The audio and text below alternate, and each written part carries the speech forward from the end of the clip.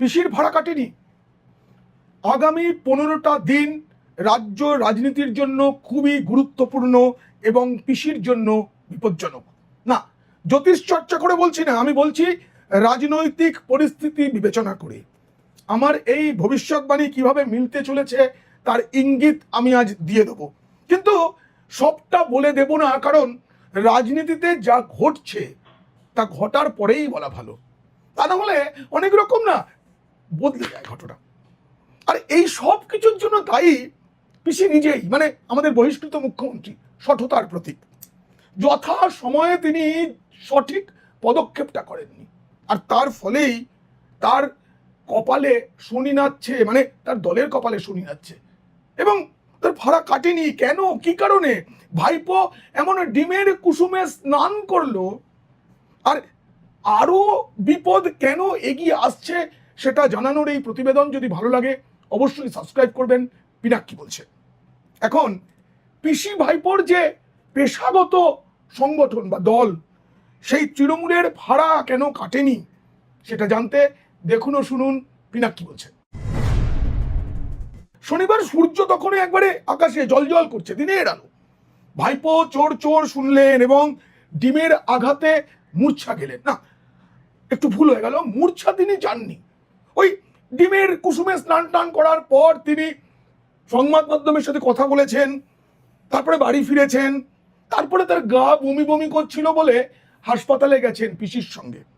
আসলে ওটা গিয়েছিলেন না মামলা সাজাবার জন্য। চিকিৎসকরা স্বাভাবিকভাবেই তাকে পেন 40 ছাড়া বিশেষ কিছু ওষুধ দেওয়ার কথা ভাবেননি এবং লিখে দিয়েছেন যে তেমন কোনো আঘাতের চিহ্ন পাওয়া যায়নি। আসলে অতীতে না পিসির ক্ষেত্রেও এরকম অনেকবার হয়েছে। তার পছন্দের হাসপাতালে তিনি গিয়ে নিজেই অসুখ সাজাতেন, এসব শুনেছি তৃণমূল নেতাদের মুখে।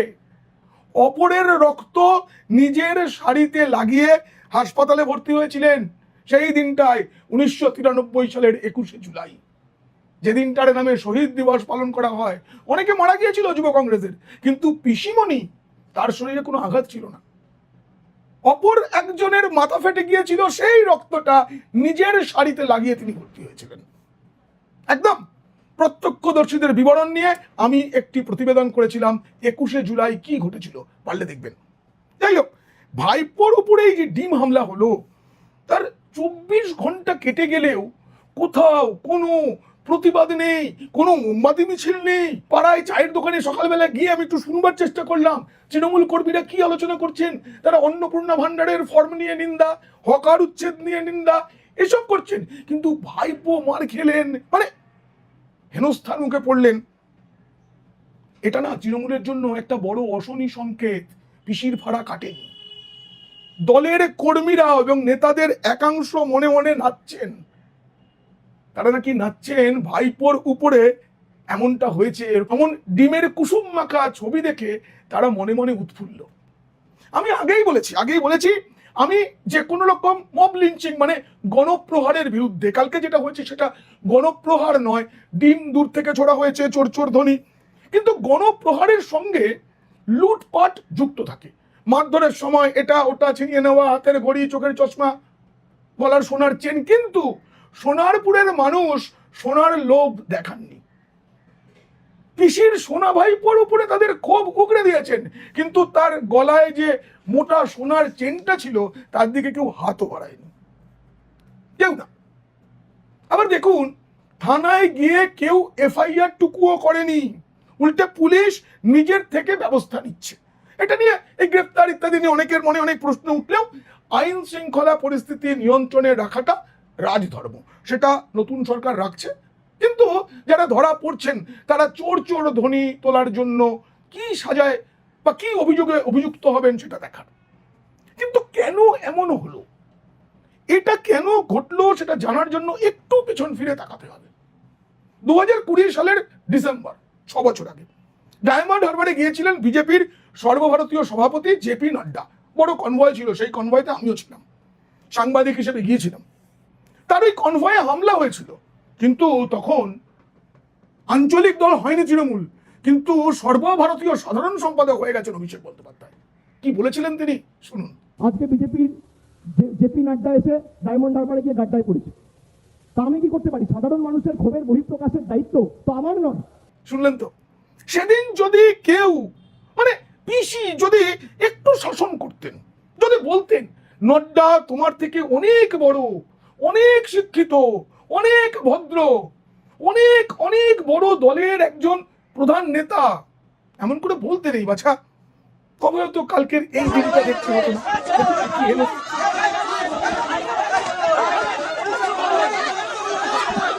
এই তো সেদিন তখন এসআইআর হচ্ছে, পানিহাটিতে গিয়েছিলেন ভাইপো বাবু, তিনি স্পষ্ট বলেছিলেন বিজেপির লোকেরা এলে বেঁধে রাখবেন, গাছে বেঁধে রাখবেন বলেছিলেন। শুনুন, স্থানীয় যারা বিজেপির নেতারা যদি এখানে ঢোকেন, ঘিরে ধরবেন এদেরকে, বলবে বাবা ঠাকুরদার সার্টিফিকেট নিয়ে আয়, তারপর প্রচার করতে আসবে।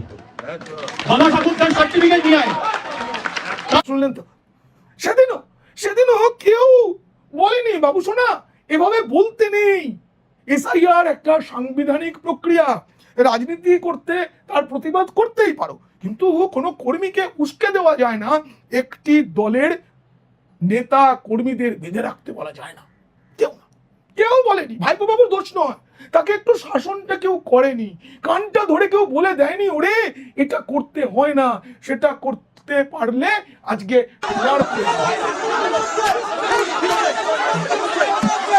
মনে পড়ছে আরামবাগের সেই জনসভার কথা, গাড়ির বনেটের উপরে উঠে তিনি কি বলেছিলেন?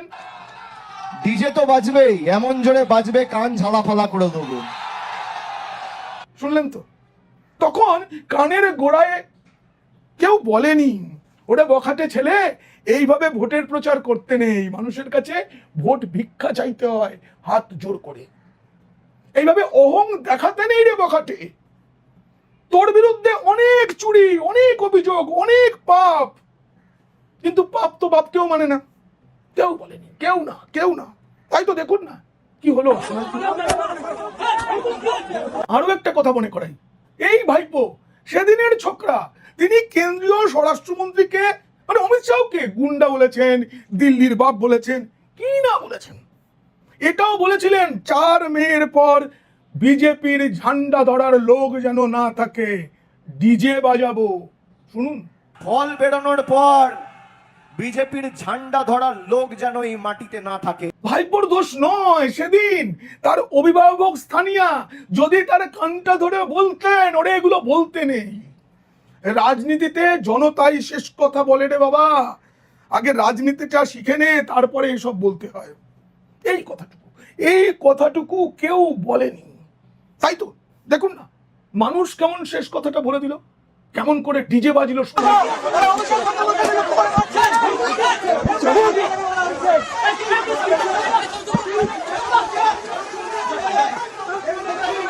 এবার বলি পিসির কথা, তার কপালেও যে ফাড়া আছে সেটা যে কাটেনি, তার জন্য বলি, তার আগে দেখুন রাতের বেলায় রোগীরা যেখানে থাকে, মানে ভাইপোকে যখন অ্যাপেলো হাসপাতাল বললো আমরা ভর্তি নেবো না, কিছু হয়নি, তিনি তার বহুদিনের পরিচিত, অনেকবার তিনি ভর্তি হয়েছেন, বেলভিউতে নিয়ে গেলেন, সেখানে গিয়ে রাতের বেলা রোগীরা রয়েছে, কি চিৎকার, চিকিৎসকদের এবং হাসপাতাল কর্তৃপক্ষকে গাল দিচ্ছেন, আপনারা শুনুন।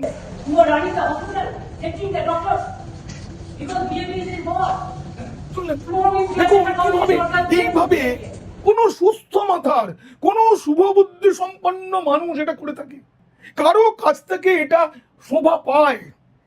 আসলে তিনি এসব করে এসেছেন, তো তার ভাইপো কেন সাংসদ হয়েও হেনস্থার শিকার হলেন তাই নিয়ে তিনি গলা ফাটাচ্ছেন তো, কিন্তু বিজেপির সাংসদ খগেন মুর্মুর উপরে যখন আক্রমণটা হয়েছিল, রক্তে লাল হয়ে ভিজে গিয়েছিলেন খগেন মুর্মু, তার অন্যায়টা কি ছিল, তিনি বন্যার ত্রাণ দিতে গিয়েছিলেন।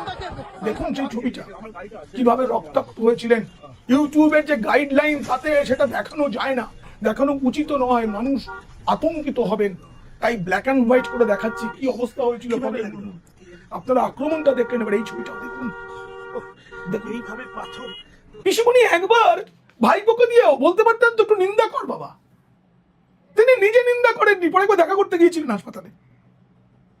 তারপর দেখুন রাজ্যের বিরোধী দলনেতা, তাকে কিভাবে পরিকল্পিতভাবে আক্রমণ করা হয়েছিল, দেখুন গাড়ি লক্ষ্য করে বড় বড় পাথর ছুটছে দুধেল গাইরা। সেদিনও কিন্তু পিসি, তার অহংকার প্রচুর, তিনি নিন্দা করেননি, ভাইপোকে তো কেউ শেখাতে পারতো, ওরে বাছা সবার দিন সমান যায় না চিরকাল, চিরদিন কাহারও সমান নাহি যায়, কেউ বলে না।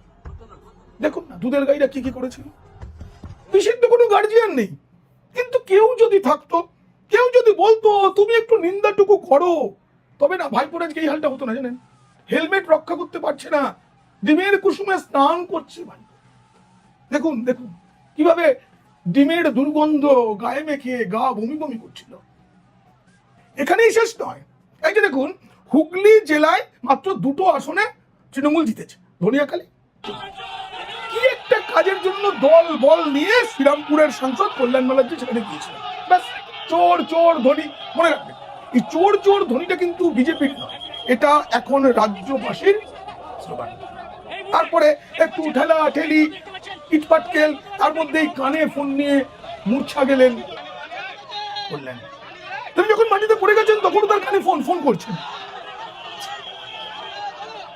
ফোনটা কানে নিয়ে নিয়েই তিনি অজ্ঞান না কি যেন একটা হয়ে গেলেন। তারপরে অ্যাম্বুলেন্স কেউ ফোনে কথা বলে যাচ্ছে।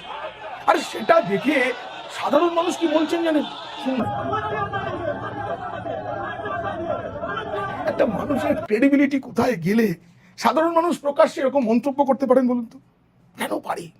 আমি বলছি না, তৃণমূলের ফাড়া কাটেনি আগামী 15টা দিন খুব গুরুত্বপূর্ণ রাজ্য রাজনীতিতে, এবং তৃণমূলের জন্য খুব বিপজ্জনক। ফাড়া কাটেনি, 79টা বিধায়কের অর্ধেকও আর সঙ্গে নেই। প্রধান বিরোধী দলের তকমা পাওয়া ক্রমশ কঠিন হচ্ছে পিসির কোম্পানির। একই সঙ্গে সিআইডি তদন্ত করছে সইজাল নিয়ে। নতুন করে সই করে জমা দিলেও পুরনো সইয়ের তদন্ত বন্ধ হবে না। ভাইপোকে ইতিমধ্যেই সিআইডি তলব করে রেখেছে আগামী 15টা দিন খালি দেখুন। কেউ যে তৃণমূলের পাশে নেই সেটা কাল যেচে পড়ে ঘোষণা করে দিয়েছেন বিধায়ক কুণাল ঘোষ। মানে এটাও পিসির একটা ফাড়া, কিন্তু এটা মাথায় রাখতে হবে। তিনি ফেসবুকে লিখে দিলেন, কি লিখলেন? অভিষেকের উপরে হামলার প্রতিবাদে অন্য দলের জাতীয় স্তরের নেতাদের পোস্ট দেখলাম, কিন্তু আমাদের দলের বহু সাংসদ, বিধায়ক, কাউন্সিলর, পদাধিকারী, প্রাক্তন সরকারি পদাধিকারীদের পোস্ট নজরে পড়লো না। মানে সাংসদ, বিধায়ক, তারপরে আলাপন বন্দ্যোপাধ্যায়, হেনা তেনা যারা দুধ কলাটা খেয়েছে তাদের কথা বলছেন। অথচ সরকারটা তৃণমূলের থাকলে এদেরই অনেকের বলচাল অন্যরকম হতো। কারা দলের মঞ্চ ভাঙিয়ে নিজের কাজ করে গেল এখন বুঝতে অসুবিধা হচ্ছে না। দাদা, অনুগামী, বস, ভিডিও, সেলফি, এদের একাংশ কোথায়? এটা কি শ্রীজাত বা সুবোধ বাবু, কবির সুমন, শুভপ্রসন্ন এদের কথা বলছেন? হবে হয়তো। তারপরে ফিল্ম ইন্ডাস্ট্রির যারা ভিড় করে থাকতেন পিসির দুপাশটা, ভাইপো গেলেই আমার দাদা আমার দাদা আমার দাদা, এসব যারা করতেন তাদের উদ্দেশ্য নিশ্চয় কেউ নেই। তাই বলছি না, আর 15টা দিন আমি ভবিষ্যৎবাণীটা করেই দিই। পিসি ভাইপো দুজনেই জেনে রাখুন, আর 15টা দিন, তারপরে বলতে হবে তৃণমূল নামে একটা দল, একটা পেশা ছিল। আমি ভুল খবর দিই না বলেই ইউটিউব এই চ্যানেলকে স্বীকৃতি দিয়েছে, মেম্বারশিপের সুবিধা দিয়েছে। পিনাক্কি বলছেন পাশে দাঁড়াতে হলে আপনারা যে চাইবেন তারা মেম্বারশিপ নিতে পারেন। ইতিমধ্যেই অনেকে নিয়েছেন, আর কয়েকদিনের মধ্যে সংখ্যাটা আরেকটু বেড়ে গেলে মেম্বারদের জন্য বিশেষ উপহার অপেক্ষা করে আছে। ও হ্যাঁ, একটা কথা বলতে ভুলে গেছি। অনেকেরই প্রশ্ন, এই ডিম হামলার পর ভাইপো বাবু অ্যাপোলো হাসপাতালে গেলেন, অ্যাপোলোর পোশাক পরেই হুইল চেয়ারে বসে পিসি তাকে নিয়ে চলে গেলেন বেলভিউ থেকে বাড়ি চলে গেলেন। ডাক্তাররা বললেন কিছু হয়নি, কোথাও কোনো আঘাত নেই। ওই পোশাকটা কি অ্যাপোলোতে ফেরত দেওয়া হয়েছে? অনেকেই আমার কাছে জানতে চাইছেন, আমার জানা নেই। আপনারা জানতে পারলে আমায় জানাবেন, তা না হলে না অনেক কিছুর পরে এবারে হাসপাতালের পোশাক চুরি এই কালিটাও ভাইপোর গায়ে লেগে যাবে।